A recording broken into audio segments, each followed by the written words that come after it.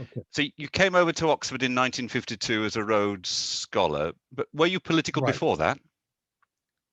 Yes, I was. I mean, political in Quebec and Canada, and I think I became social democrat of some kind in my last year around the time at McGill, which I was at McGill for 3 years before, right, and then got the Rhodes Scholarship. And so I came as a kind of leftist of some kind, And you, and yeah, and this was to Christopher Hill's Balliol, which was decidedly left. yeah, but yeah, Christopher Hill wasn't a master then, of course. It Right. was Lindsay Keir, yeah, but he was a major kind of figure in the as a tutor. But I was always very anti-communist. No, no, it's not a bad word. I mean, I'd known some people who came from Eastern Europe, and it was obvious that wasn't what I thought of as part of the left. But on the other hand, in Balliol, we had this big sort of mixture of different leftists. And Rafe Samuel, who was one of the important figures founding the New Left Review, and Gabriel Pearson, we were all in Balliol together. And those two were in the Communist Party uh, for until Hungary, really, you see. Although they were already beginning to get certain, doubts about the whole thing, they only broke at that sort of very important cataclysmic moment, which is the invasion of Hungary, right, in 56, where the New Reasoner people left the party and and Rafe and Gary left the party. And we got together with Stuart Hall, the only one who wasn't in Balliol, he was in Merton, to found New Left Review. But But we'd worked together before. Yes, no, no, go carry ahead. on. Yeah. No, you said you worked together before. Yeah, because I remember we had, I think, the first anti-H-bomb campaign in the entire West, just in Oxford. And Rafe was really the one who wanted to organize it, but he realized that communist was a mistake to put at the head. So he talked me into being the chair of this. And of course, we made a terrible mistake and didn't warn the proctors. So I was called forth and my knuckles wrapped. And we actually got a Tory, Michael Heseltine, actually joined us as a vice president who was a Tory. So we had this quite successful anti-H-bomb campaign What was it called? prior to 56. What was it called? Well, it was the anti-H-bomb. It was, against the H-bomb. I've forgotten what the title was. It wasn't CND. CND came later in 58, right? So But this it was what, was, 54, 55? yeah, that's right. Okay. So, this was the predecessor of that, but it was purely an Oxford movement, And So it what was did you not. do? Well, we signed a big, massive petition. That was what the activity, and we got people to sign it. And I suppose we sent it to the UK government at some point, but it's kind of vague in my mind. But it made a big hoofah, and it was our having broken the rules meant that there was a lot of excitement about it and anger from various authorities What and so rules had on. you broken? Well, you're supposed to inform the proctors and get their permission before you do anything like this, you see. You or political organization, I don't know exactly what it was and put it over the edge. I suppose if you did something purely inside your college was okay, but if you tried to have a pan Oxford petition, that required permission. And we very foolishly didn't even ask for permission. And I don't know, when we were called up, we did ask, and I guess I must have got it at that point. But they were very angry that we were so, let's say, took the rules so lightly that we haven't even bothered to inform them. But that's just to say that the basis of our working together was already more or less um, solidified, even across this divide. I remember also a petition about Cyprus, about Britain getting out of Cyprus. You remember that was a period when that was a very hot issue. And I think that was also before 56. I remember trying to pass the petition around Christchurch at Backwater Quad, which is probably the most foolish political action of my life, which is saying something. But anyway, so just to give you the idea that we all knew each other, and there was a socialist club too, which grouped everybody right at that point, as well as our particular. So That's we communist and were already, non-communist. yeah, The yeah. Socialist Club was communist and non-communist. Yeah, yeah, I'm pretty sure the communists were also in this. So we were very sort of already working together. I knew Raphael a little bit towards the end of his life, and I've got keen memories of him, but I can't really imagine him as a member of the Communist Party, which requires discipline and organization. Because was he a good party member in the party's way of looking at it? Well, I don't know, because I have exactly your reactions on how somebody, but they must have been willing to take his eccentricities and his sort of rushing around, because he was tremendously active. See, for instance, this anti-H bomb thing, he started the whole thing. He pushed me to do this, and he pushed somebody else to do that. And the same thing happened with the beginning of the universities in the left review. You know, he always had these big ideas. Like his idea was to have a coffee house, the partisan, and so on. And the rest of us thought, oh, we're having enough trouble finding a review. But he would sort of commit us and get us forward. So I think they probably thought this guy is pretty, dangerous and can't really be fully predicted. But in agitprop terms, I'm sure he's the most effective communist in the party in the Great Britain CPGB Do at you that remember? time. Do you remember your first meeting with Raphael? Yeah, early on, I remember we just had conversations, but it fades into they all fade into each other, because the three of us in video, we met in the JCR. We were always meeting together, and particularly being of a socialist conviction. So I can't distinguish the first meeting from a whole series of meetings What did that he we look had. like, Raphael, at the time? What was his sort of demeanor? What was his aura? Oh, well, his aura was, he was short, as you know, and he had a lovely smile, and he was very good at sort of first making contact with people, but he was really driven by um, activist zeal. And, but the last time I saw him, we had a reunion in the early 90s, I think. And that's the last time I saw him. And then I learned afterwards that he died, much to my shock and horror, because he was very, very young to die at that phase. So, but he completely changed. We had a short talk at that time. We re-met in Oxford, and he said, I wasn't really a socialist then. And I said, why? What do you think? Well, he said the whole gender issue hadn't really dawned on him. And that was something very important for him. And it's true, he really changed the sort of entire axis of his left position, still a very left position, but he changed the entire axis of his position. He was very clear about that. And I read the book by his wife, right? I jumped and bought that because it was wonderful to remember. How did The you meet time we were Stuart? very.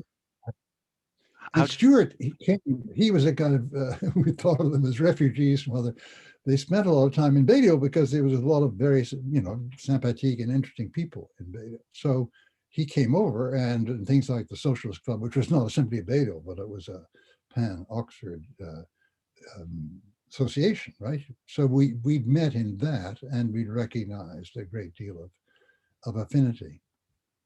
and See, we really had, yeah, no, go so on. go on, Sorry. yes. No, please carry Well, on. we really had developed a kind of affinity and a habituation of working together and a trust for each other and so on. So there was no question about our coming together and feeling very comfortable together when we launched the review. But was there a distance between those who'd been in the CP and those who'd not been attracted to the CP? No, we recognized that we'd been on different wavelengths, but there was such a reaction to Hungary where not just those two, but of course, the New Reasoner people walked out of the CP, that finally all the possible differences had disappeared. They'd really taken a stand to cut their ties totally with this rather monstrous organization, which I had always seen it as. So, and even before, they must have felt, yeah, I'm sure they were feeling certain sort of doubts and so, which they didn't terribly want to admit to others at the time, but clearly um, they had been feeling for a long time there's something really wrong with this. I mean, in '56, there's the sort of the division, the rift within the Communist Party started over Khrushchev's secret speech, the 20th Congress, and the revelation of that in the Observer. And I mean, were you aware at the time of what E.P. Thompson and John Savile were doing, and of the Reasoner, and of the tension within the CP? No, when I was attention within the CP, I was aware because of some of the people around me, but I didn't know. See, Edward Thompson was way up in the north and in Halifax, so we didn't really get together until we founded our respective reviews. They founded New Reasoner, and we founded the Universities and Left Review, and then we recognized almost immediately that we had a lot in common. So we started to talk together, and we did things together. But at the beginning, we were focused not only on the review, we were focused on a series of meetings, and they happened in other centers too, but mainly in London. And it was really extraordinary. We announced these meetings with the speaker, and just scads of people turned out. People hadn't had contact with other people or hadn't been active for a long time. Um, There was a feeling of a bit disappointment on the very left-wing uh, areas, groups, with the Labour Party as well, right? So there was a sense that not at all the kind of rejection, utter rejection, and some of us had, joined the Labour Party. I did, for instance. But so nothing like the relation to the Communist Party, but nevertheless a feeling that we needed another voice, which is not that of the Orthodox communists, nor that of the sort of mainstream labor. And that's what we were going to explore. And so on. So the exploration was both in the review and in these very interesting and very well attended meetings. I remember somewhere in Bloomsbury, I can't quite remember the hotel that we met in. And who organized these meetings? What was the umbrella or the organization that? Well, it was the four of us, and of course, Raphael was also very, very active in that. But it also, it did develop its own executive after a while, that is the meetings and so on. But the thing was really under the aegis, auspices, and so on of the review, and it bore the name, Universities and Left Review meeting. So, when Suez happened, which was almost the same time as Hungary, did you get involved with the anti-Suez agitation or go to the anti-Suez demo? Yeah. Now the thing was, I had to get my months right. That was definitely people were involved with that, but I think that I was out of the country then, because I'll tell you what, and I'm trying to reconstruct it exactly. I did schools in '55, right? And then I came back and already was in the doctoral program. But I think that by the autumn of '56, I was already in Paris. I spent a year or so in Paris, right? Yes. And I was in Paris even from the spring of '56. So I lived Suez in the Paris context rather than the Oxford context. And then I probably would have spent a lot of more time in Paris, but I got myself a fellowship in the autumn of '56 at All Souls. And so that meant I moved back. And so there's no doubt in my mind of, that, except that, except that I stayed away for another further period because I was in a NGO that helped refugee students, and there was a mob of refugee students coming across the border of Austria, Hungary. So I was in Vienna for about 6 months as the kind of field officer of that particular NGO, and finding scholarships, finding housing for students, as we're getting the students out of the general population and finding immigration possibilities, scholarships, flights, and so on for them. Whose idea was the Universities and Left Review? Oh, I'm pretty sure that Ralph thought of it first, yeah. But we kind of all jumped at it. I think he was always ahead of us in the sense of saying, let's go, with a initial hesitancy on the part of sometimes others are always coming a little bit later to that, but I'm sure he drove it, but Stuart was very keen on it too. Very, very keen. Was it hard work? Oh yeah, I mean, it was staying up very late at night, organizing, and as well as running the partisan and so on, and deciding what documents. And eventually, Stuart became full time, and we also had Susie Benguet, who was kind of a secretary in the office, and Janet Hayes. So, and we had an office just above the partisan, right? And so he became really full time, and the rest of us worked very hard. And I remember, late nights, a lot of smoking people did in those days, staying up very late, planning this, planning that, planning a number on this and a number on that, etc. Was it exciting? Bill, very, very. I mean, you had the sense that great possibilities were opening up.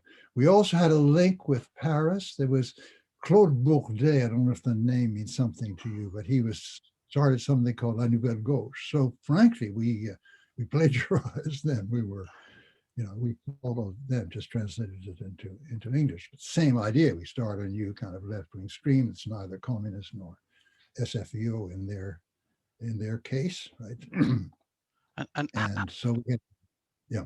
And how long before you felt that the Universities and Left Review was working, was delivering, was achieving a resonance? Oh, right away. See, the resonance came, I think, even before the first number was produced, by the number of people who turned out to these meetings. So obviously there were a lot of people looking for something like this, and they just jumped on it. I mean, if the four of us hadn't existed, if Rafe hadn't existed, somebody would have done something of this kind, I'm convinced, on the bigger scene. But I mean, I've got the first issue here, which is sort of, I mean, the contents are wonderful.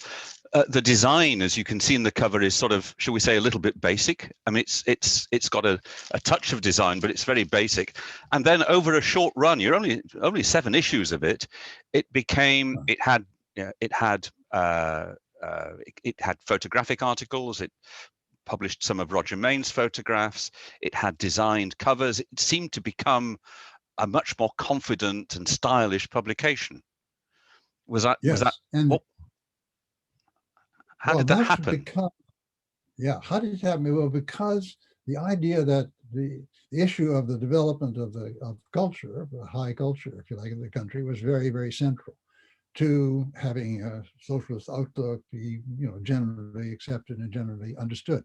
So we had the famous first editorial about socialism at the widest stretch. I've forgotten if that's the expression, something of that kind, right? So we immediately got interested in the movement.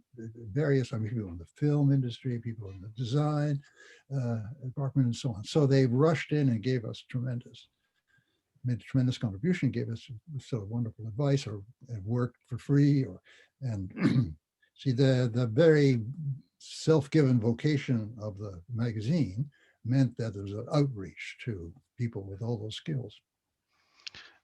And it covered popular culture, it covered history, it covered philosophy, it covered political philosophy, it covered international affairs. It was covering, I mean, it was trying to put an awful lot into a thin magazine. Yeah, I know. It was, in some ways, crazy, and that's what led eventually to the idea of a fusion with the New Reasoner, right? Because there was some differences of sensibility, really, because well, Edward Thompson's a really figure all to himself, extraordinarily in novels that are not narrowly Marxist. But there were other people who were sort of a little bit more narrowly Marxist, who looked on us as being very uncertain, not uncertain, subjectively, but very not clear we would really cleave to the line all the way through. So there was a certain amount of tension and distance. And there was a generational divide. Yeah, well, then we had the great generation handover because I went away at that point in '56, but exactly at that point is when it was handed over to really Perry Anderson and Robin Blackburn, who at the beginning were very uncertain exactly what they wanted to do and felt that really they were going to continue in the same line and asking anxiously for advice and so on, but turned out to have a very different take on the whole thing very rapidly, which very much angered Edward.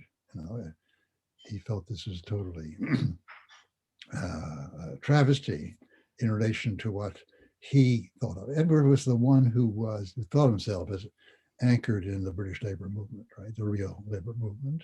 And of course, his book, really was with the classic, still is one of the classics about this. And they're turning towards a certain kind of very high-flown theory, Althusser, etc., a little bit looking down on the British labor movement as being theoretically, yokels, not really understanding Gramsci and the Italian and Lukács and the German, etc. So there was a deep rift there, but that happened after I left. But E.P. Thompson wrote a lot about socialist humanism, and he saw himself as a political philosopher. Would you say that you were influenced by what he wrote, or admiring of what he wrote, or critical? I was admiring of what he wrote, but critical. I think he was, I've never been very keen on Marxism as a theory. So, but I think I tried to say it all they gave me a place. I mean, an article I wrote for the New Reason, talking about Marxism as a humanism and saying what I thought were the lacks there, right? So I was always on a different wavelength from them. But, you can't help but admire the work of Edward Thompson. It was so terrifically, exciting. He's bringing in Blake, bringing in, the working class history. So I had great admiration for him and really enjoyed meeting him, talking to him and so on. But I always felt that there was a philosophical difference. When do you think the New Left became capital initials New Left, when it actually saw itself not simply as something new, but something which was defined by its innovation, its new spirit? Oh, I think very, very soon. I mean, the premise of the whole thing was that the vehicles everyone had been counting on, namely Communist Party, and in a much less severe way, the Labour Party, were not adequate, right? So we were going to be, tremendous, if you like, chutzpah. We were going to be the creators of the theory of a new left. I mean, the words obviously just sprang, but we did get them from Claude Bourdieu, but they were so obviously what we were trying to do, right? A new definition of what a left movement should be, socialist movement should be in our time. So I don't remember a time before the words were ringing in our ears. Were you still around when the New Left Review started under Stuart Hall's editorship? Were you still in the UK, or had you left by then? No, I left in the summer of 1961, right? Okay. Yeah. Well, so the New Left Review was just getting going then, and Stuart Hall talks in some of his writing about him being in quite a difficult, unhappy place in the early 60s before he got together with Catherine. And I just wondered if you got any sense of that at the time, because, I mean, the euphoria and the excitement obviously had a sort of countervailing force of a sort of, at times, a sense of anguish. Yeah, well, I tell you, Stuart had a terrible time then because really of feedback reactions from Edward, which were Edward was, I mean, extraordinarily hard person to deal with because he would fly off in a tremendous sense of criticism and so on, which he wrote beautifully, right? Very effectively, but could be very wounding. And actually, when you got down to what the difference was, everybody calmed down. It wasn't necessarily that great, but Stuart wasn't used to this kind of way of relating, right? There are some people that are used to that, and you tell them you're a son of a bitch, you're stupid, and then a half hour later you're drinking a glass of wine together, right? That's not Stuart's style. He was very shaken up by that, and so, I mean, he used to come into the office and he would show me what Edward had written. I could see that a lot of it was just Edward's style, but if you took it seriously, it was quite wounding. So here he was, Stuart, for that short while, he was the editor of the magazine, situated in London, doing all the donkey work and so on. And then you got this various, I mean, some cases, some directions, encouragement, great, go on and so on. But from Edward, regularly there were some terrible criticisms about not doing enough of this and doing enough of that. And I think that already the importance of the English labor movement and so on, and was part of what of the criticism. But it was also very dramatically expressed, very exaggeratedly expressed, and that Stuart found that very hard to deal with. And how close were the four of you during the ULR and early New Left review period? I mean, were you sort of a band of brothers? Yeah, really, we were. Yeah, and we didn't really fight a lot. I mean, we sometimes got impatient with Raphael because he was rushing ahead and so on. But that was Raphael, and we really enjoyed each other's company. And there was, Gabriel Pearson. I'd like to ask you a question. Do you know if Gabriel Pearson is still alive? You don't. I don't for He was a certain. I've not heard anybody talk about him to suggest that he is, but I don't know for certain. I'll check and find out. I'll let you know. Okay. Yeah, very good. I mean, the last time we saw each other was when we've had the sort of wake for Stuart in a way that was in early 2013 or something, No, 14 or I was something there like for that. that in the Friends Meeting House in Euston Road. Yeah, Right. yeah, That's right. yeah. Yeah. So I we met there the last time. Yeah, but but I'll find out. I'll let you know because I'm intrigued myself. I should know, but I don't.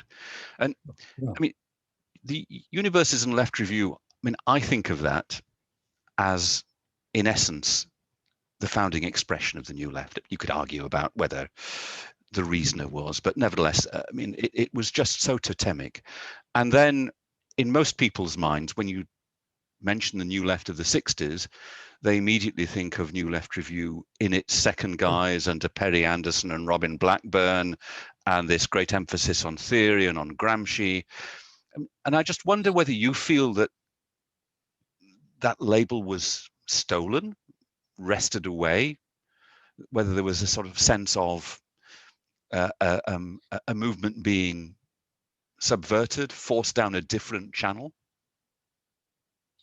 Well, no, I didn't feel possessive of it like that, but I think there are all sorts of channels, all sorts of things to explore. There are many. 100 Flowers Bloom is but it definitely wouldn't be my first choice. I mean, I thought Althusser was a lot of very muscle-bound, gobbledygook, structureless kind of stuff, which there are other examples on the power scene, which I feel it just had, zero light was cast, I think, on the actual situation of workers and the left and so on by that kind of theorization. Gramsci's another matter. I mean, but Althusser, I thought this is really and there I very much agree with Edward, to let go broadsides against this. So I wouldn't have been happy if I'd been still collaborating, right? I would say, let's have a few articles on something a little bit more relevant. But, but it was their direction. And I thought, they've got to have their chance uh, to give their mark and to explore what they thought was really important to explore. And the New Left is also now, it's the umbrella term which is seen as feeding into CND and direct action, Aldermaston marches, to some extent the sort of the libertarian aspect of the counterculture in the anti-Vietnam War movement, into the rise of identity politics, and particularly feminism and the women's movement. And as somebody who was a participant in the very early stages, I wonder if you think, actually the New Left is being given too big a sort of a central role, and whether there's an attempt to link disparate aspects of a new politics, not all of which were in any real sense linked to the New Left, of which you were a founding part.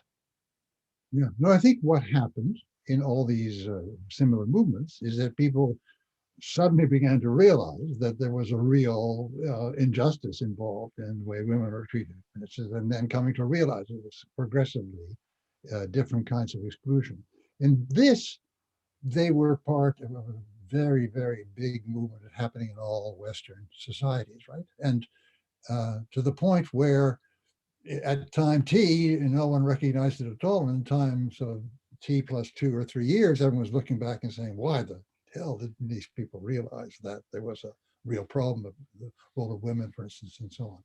I think that the New Left was just the kind of media that was absolutely ideal for making those successive discoveries. And as we were saying before, Ray was saying, I wasn't a real socialist because I didn't really have understanding of the plight of women and so on. So it's somewhat like analogous movements in the United States and elsewhere, where you get this gradual waking up and gradual moving forward to a broader. But it did change it just changed the atmosphere on the left. I remember already we were laughing at certain ex-communists who weren't very ex-left. And our joke was that you put any problem to them and they would say, comrades, first seize state power, and then we could get on to the problem, etc. And we already, that was a kind of laughing stock, kind of joke we made among ourselves. Because we had this idea of socialism at its widest stretch. But the widest stretch was wider than we recognized then. However, that kind of ambition set you up to go through that kind of educational experience. So it's absolutely normal that. And when you look back on your time politically in Oxford and in England in the late 50s and very early 60s, what's your sentiment? How do you view that period in your life? Well, it was a wonderful period because, for many reasons. First of all, I really, tremendously enjoyed this particular movement that we were after, the friends I made, and the education I got from that. And then but that's all at the same time as I'm really transforming myself as a philosopher. We're getting totally new ideas. My reaction to the majority philosophy in Oxford was, God, if this is philosophy, it's. But I got onto Merleau-Ponty. Really, it's been a formative influence in my philosophy, the phenomenology, and particularly Merleau-Ponty, and that's why I went to Paris.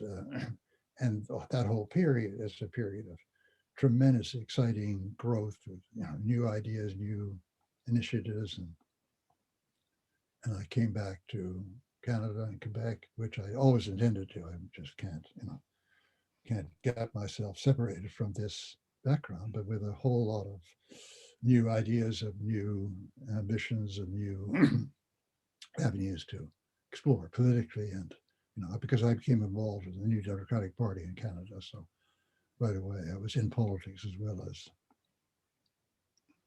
in theory.